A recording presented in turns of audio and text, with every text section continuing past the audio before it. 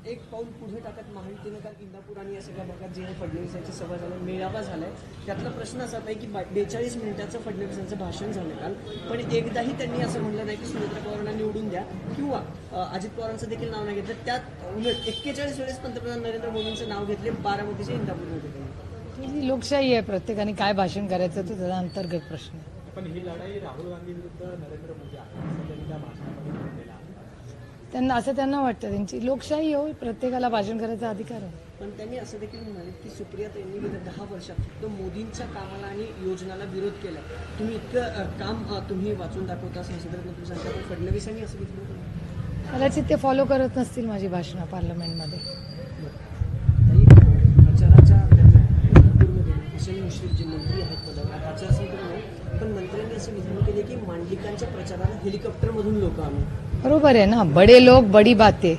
मोठ्याच लोकांना हेलिकॉप्टर सुद्धा, त्याच्यामुळे मोठे लोक, धनवान लोक हेलिकॉप्टर वगैरे त्याच्यातून प्रवास करायला किंवा त्याच्यातून फेऱ्या मारायचं, हे हेलिकॉप्टर अनेक लोक वेळ वाचवण्यासाठी नेते वापरतात हे माहिती होतं आम्हाला, किंवा अनेक वर्ष सगळ्याच पक्षाचे सगळेच नेते करतात. पण एखाद्या पक्षाला जर मतदार फेऱ्या करायला हेलिकॉप्टर जर परवडत असेल तर मला असं वाटतं, मी माननीय प्रधानमंत्र्यांनाच प्रश्न विचारतोय, विनम्रपणे विचारू शकते की बाबा ह्याची जांच झाली पाहिजे. एखाद्या नेत्याला हेलिकॉप्टरनी मतदार इथे तिथे नेण्यासाठी जर परवडत असेल तर मला असं वाटतं माननीय प्रधानमंत्र्यांनी ह्याची इन्कम टॅक्स, सीबीआय आणि ईडीचीच मला असं वाटतं मागणी करीन मी. कारण हे प्रचंड चिंताजनक आहे की एवढे पैसे आले कुठून हो, एवढं डिमॉनिटायझेशन झालंय, नोटबंदी झाली आहे, मग हे कसे पैसे आले कुठून एवढे सगळे. आणि त्यांच्याच मित्रपक्षाचे मंत्री आहेत.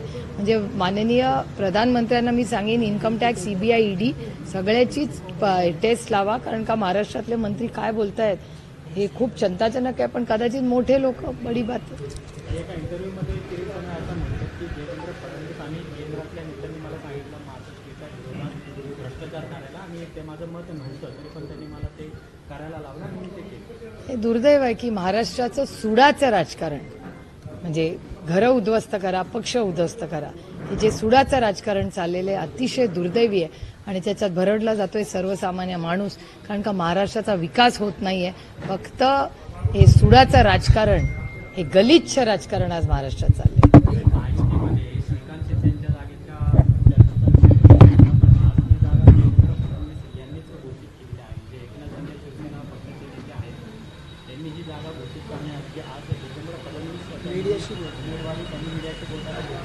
कोणाची?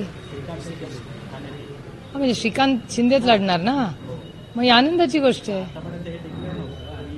ठीक आहे ना, आता तो त्यांचा अंतर्गत प्रश्न आहे, कोणी काय डिक्लेअर करायची. सुनेत्रा वहिनी देखील आज धनकोडी वगैरे भागात शंकर महाराज मठात आणखी त्यांना प्रश्न असं विचारला की बारामती लोकसभा मतदारसंघातील काय कामं केलं. वहिनी म्हणतात की जी कामं झाली नाहीत ती करणं. लोकशाही आहे, प्रत्येकाला बोलायचा अधिकार आहे. मॅडम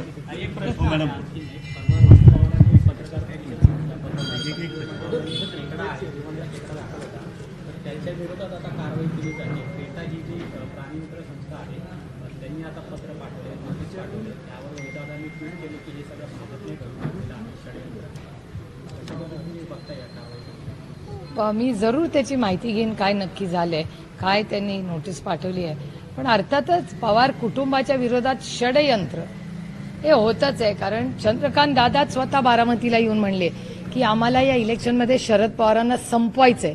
हे तुमच्याच चॅनलवर तुम्हीच दाखवलेली बातमी आहे. त्याच्यामुळे शरद पवारांना संपवायसाठी काहीही हे करू शकतात, कुठलीही गलिच्छ पातळी गाठू शकतात. हे त्यांच्या कृतीतून आणि त्यांच्या बोलण्यातून पोटातलं ओठात आलेलं आहे. हा,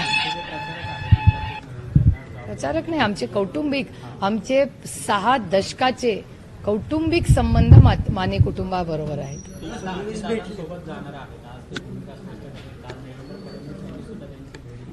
मला असं वाटतं त्यांना भूमिका स्पष्ट करू द्या, मग मी सांग. वंचितचा तो प्रश्न आहे ताई. वंचित आधी आपल्यासोबत चर्चेचं गुऱ्हाळ त्यांनी केलं, 6 बैठका झाल्या, अचानक त्यांनी यादी डिक्लेअर केली आणि त्यांचे उमेदवार जे आहेत ते फडणवीसांना जाऊन भेटतात दौऱ्यामध्ये. विशेष म्हणजे तो भाजपचा मेळावा होता. हा प्रश्न तुम्ही त्यांनाच विचारायला पाहिजे ना. माड्याबद्दल काय म्हणतात? जागांमध्ये प्रॉब्लेम होऊ शकतो. कुठे वंचितच्या जागांमुळे उमेदवारांना बघूया ना कसं कसं होतंय. काही ठिकाणी त्यांनी सपोर्ट केलेला आहे, तुम्हाला देखील मलाही त्यांनी दिलं याबद्दल मी त्यांचे जाहीर आभारी मानलेले आहेत. थँक्यू.